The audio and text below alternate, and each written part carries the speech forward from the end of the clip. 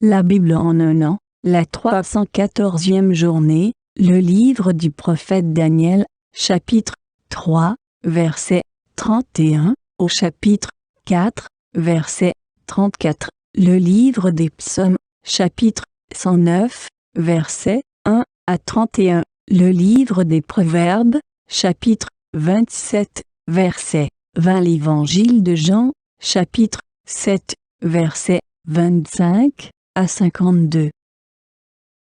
Le livre de Daniel, chapitre 3.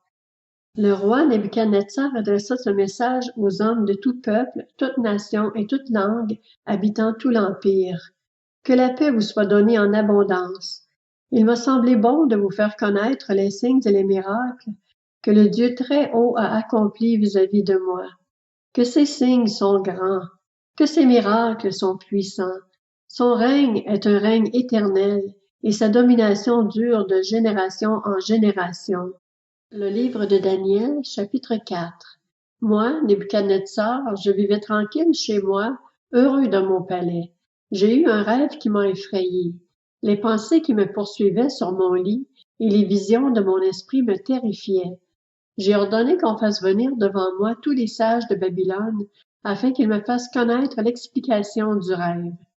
Alors les magiciens, les astrologues, les prêtres chaldéens et les devins sont venus. Je leur ai raconté le rêve, mais ils ont été incapables de m'en faire connaître l'explication. Le dernier à se présenter devant moi a été Daniel, appelé Belshazzar, d'après le nom de mon Dieu, et qui a en lui l'esprit des dieux saints. Je lui ai raconté le rêve. Belshazzar, chef des magiciens, qui a en toi, je le sais, l'esprit des dieux saints, et pour qui aucun secret n'est trop difficile, donne-moi l'explication des visions que j'ai eues en rêve. Voici quelles étaient les visions de mon esprit pendant que j'étais sur mon lit. Je regardais, et j'ai vu qu'il y avait au milieu de la terre un très grand arbre. Cet arbre était devenu grand et fort. Sa cime touchait le ciel, et on le voyait des extrémités de la terre. Son feuillage était beau et ses fruits abondants. Il portait de la nourriture pour tous. Les bêtes sauvages s'abritaient sous son ombre, les oiseaux faisaient leur nid dans ses branches, et toutes les créatures tiraient leur nourriture de lui. Dans les visions qui se présentaient à mon esprit pendant que j'étais sur mon lit, voici ce que j'ai vu. Un veilleur, un saint, est descendu du ciel. Il a crié avec force en disant « Abattez l'arbre et coupez ses branches, secouez son feuillage et dispersez ses fruits, que les bêtes s'enfuient loin de son abri et les oiseaux loin de ses branches. Mais laissez en terre le tronc avec ses racines, attachez-le avec des chaînes en fer et en bronze au milieu de l'herbe des champs, qu'il soit trempé par la rosée du ciel et qu'il ait, comme les bêtes, l'herbe de la terre pour nourriture. Son cœur d'homme lui sera enlevé, et un cœur de bête lui sera donné. Puis 7 ans passeront sur lui. Cette parole est un décret des veilleurs. Cette décision est un ordre des saints, afin que les êtres vivants reconnaissent que le Très-Haut domine sur toute royauté humaine, qu'il la donne à qui il le désire, et qu'il peut y faire accéder le plus bas des hommes. Voilà le rêve que j'ai eu, moi, le roi Nebuchadnezzar. Quant à toi, Belshazzar, donne-en l'explication, puisque tous les sages de mon royaume sont incapables de me la faire connaître. Toi, tu en es capable, car il y a en toi l'esprit des dieux saints. Alors Daniel, appelé Belshazzar, resta un moment stupéfait, terrifié par ses pensées. Le roi reprit, « Belshazzar, que le rêve et l'explication ne soient pas source de terreur pour toi. » Belshazzar répondit, « Mon Seigneur, si seulement ce rêve était pour tes ennemis et son explication pour tes adversaires. L'arbre que tu as vu, qui était devenu grand et fort, dont la cime touchait le ciel et qu'on voyait de toute la terre, cet arbre, dont le feuillage était beau et les fruits abondants, qui portait de la nourriture pour tous, sous lequel habitaient les bêtes sauvages et dans les branches duquel les oiseaux résidaient, c'est toi, roi. Tu es devenu grand et fort. Ta grandeur a augmenté jusqu'à toucher le ciel, et ta domination s'étend jusqu'aux extrémités de la terre. Le roi a vu un veilleur, un saint, descendre du ciel et dire Abattez l'arbre et détruisez-le, mais laissez en terre le tronc avec ses racines et attachez-le avec des chaînes en fer et en bronze au milieu de l'herbe des champs.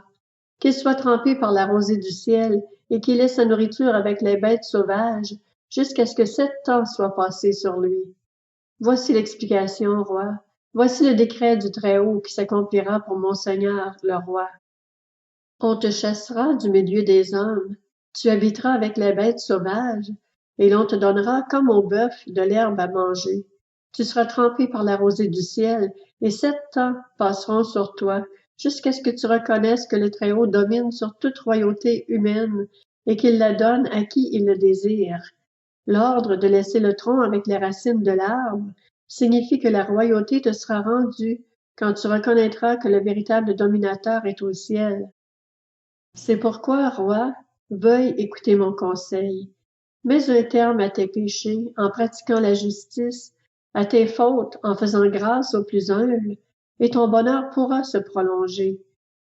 Tout cela devint réalité pour le roi Nebuchadnezzar. 12 mois plus tard, tout en se promenant dans le palais royal à Babylone, le roi prit la parole et s'exclama: N'est-ce pas Babylone, la grande, celle que j'ai moi-même construite pour en faire la résidence royale, par la puissance de ma force et pour la gloire de ma majesté? Il parlait encore, quand une voix venant du ciel se fit entendre. Apprends, roi Nebuchadnezzar, que la royauté t'est retirée. On te chassera du milieu des hommes. Tu habiteras avec les bêtes sauvages. On te donnera comme au bœuf de l'herbe à manger, et 7 ans passeront sur toi, jusqu'à ce que tu reconnaisses que le Très-Haut domine sur toute royauté humaine, et qu'il la donne à qui il le désire. Au moment même, la parole fut accomplie pour Nebuchadnezzar. Il fut chassé du milieu des hommes, il mangea de l'herbe comme les bœufs, son corps fut trempé par la rosée du ciel, jusqu'à ce que ses cheveux poussent comme les plumes des aigles, et ses ongles comme les griffes des oiseaux. Au moment indiqué, moi, Nebuchadnezzar, j'ai levé les yeux vers le ciel, et la raison m'est revenue. J'ai béni le Très-Haut, j'ai célébré la louange et la gloire de celui qui vit éternellement, dont la domination est éternelle, et dont la royauté subsiste de génération en génération. Les habitants de la terre, tous autant qu'ils sont, n'ont pas plus de poids que le vide. Il agit comme il le désire avec les corps célestes et avec les habitants de la terre. Il n'y a personne qui puisse lui résister et qui lui dise « Que fais-tu » À ce moment-là, la raison m'est revenue. La gloire de mon royaume, ma majesté et ma splendeur m'ont été rendues. Mes conseillers et mes hauts fonctionnaires m'ont réclamé. J'ai été rétabli dans mes fonctions royales et ma puissance n'a fait que grandir. Maintenant, moi, Nebuchadnezzar, je célèbre la louange, la grandeur et la gloire du roi du ciel.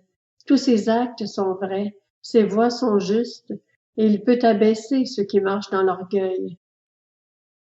Le livre des psaumes, chapitre 109. Au chef de chœur, psaume de David. Dieu que je célèbre, ne te tais pas, car le méchant et le trompeur ouvrent la bouche contre moi. Ils me parlent avec une langue mensongère. Ils m'enveloppent de discours haineux et me font la guerre sans raison. Alors que je les aime, ils sont mes adversaires, mais moi, je recours à la prière. Ils me rendent le mal pour le bien et de la haine pour mon amour. Place-le sous l'autorité d'un méchant et qu'un accusateur se tienne à sa droite. Quand on le jugera, qu'il soit déclaré coupable et que sa prière passe pour un péché. Que sa vie dure peu longtemps et qu'un autre prenne sa charge. Que ses enfants deviennent orphelins et sa femme veuve. Que ses enfants soient vagabonds et mendiants, qu'ils cherchent leur nourriture loin de leur maison en ruine. Que le créancier s'empare de tout ce qui lui appartient et que les étrangers pillent le fruit de son travail. Que personne ne lui montre plus de bonté, que personne ne fasse grâce à ses orphelins. Que ses descendants soient exterminés et que leur nom disparaisse dans la génération suivante. Que la faute de ses ancêtres soit rappelée devant l'Éternel et que le péché de sa mère ne soit pas effacé, qu'il soit toujours présent devant l'Éternel et qu'il supprime leurs souvenirs de la terre.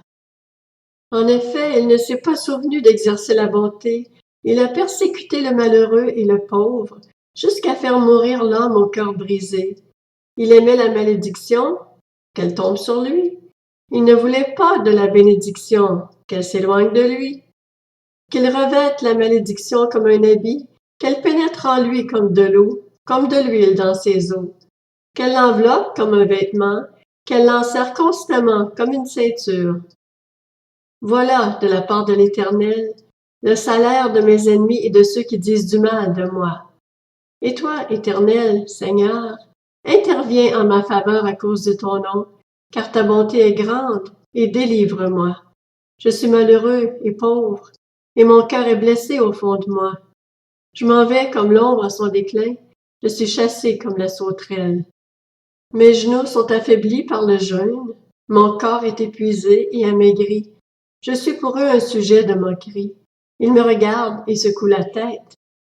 Secours-moi, Éternel, mon Dieu, sauve-moi par ta bonté.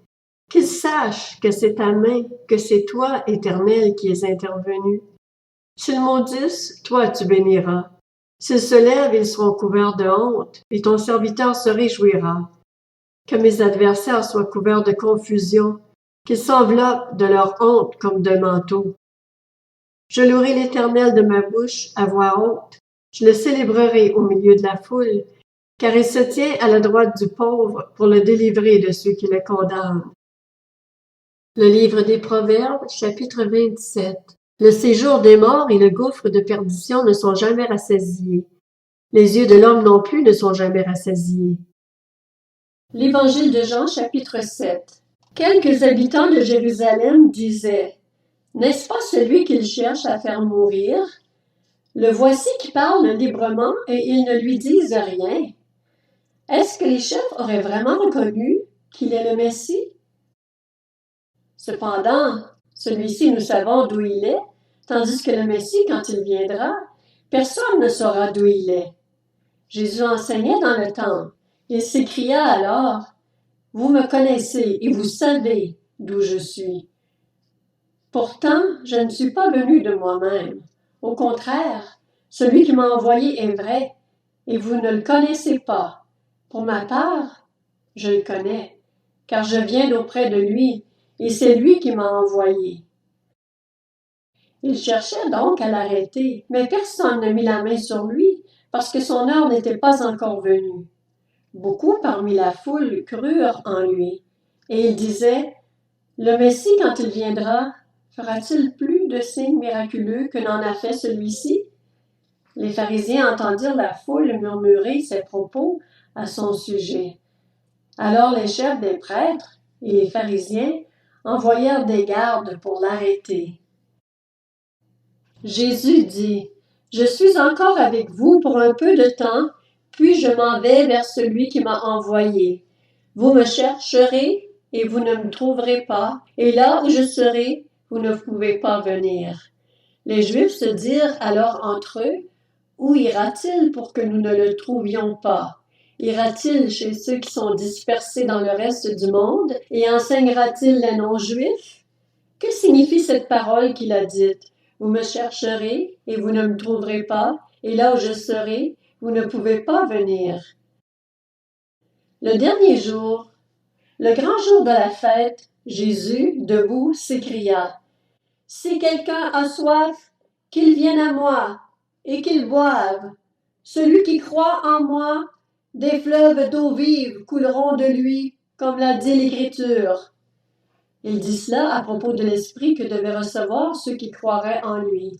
En effet, l'Esprit Saint n'avait pas encore été donné parce que Jésus n'avait pas encore été élevé dans sa gloire. Après avoir entendu ces paroles, beaucoup dans la foule disaient: Celui-ci est vraiment le prophète.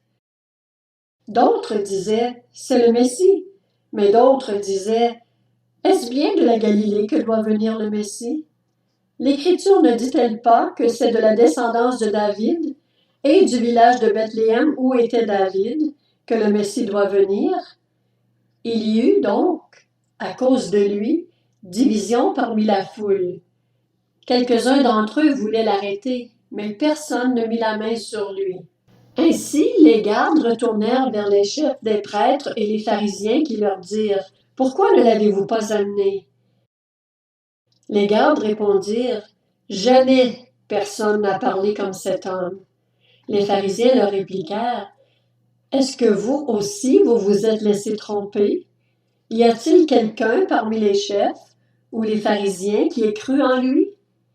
Mais cette foule qui ne connaît pas la loi, ce sont des maudits. » Nicodème, qui était venu de nuit vers Jésus et qui était l'un d'eux, leur dit: « Notre loi condamne-t-elle un homme avant qu'on l'entende et qu'on sache ce qu'il a fait? » Ils lui répondirent: « Es-tu toi aussi de la Galilée? Cherche bien, et tu verras que de la Galilée il ne sort pas de prophète. »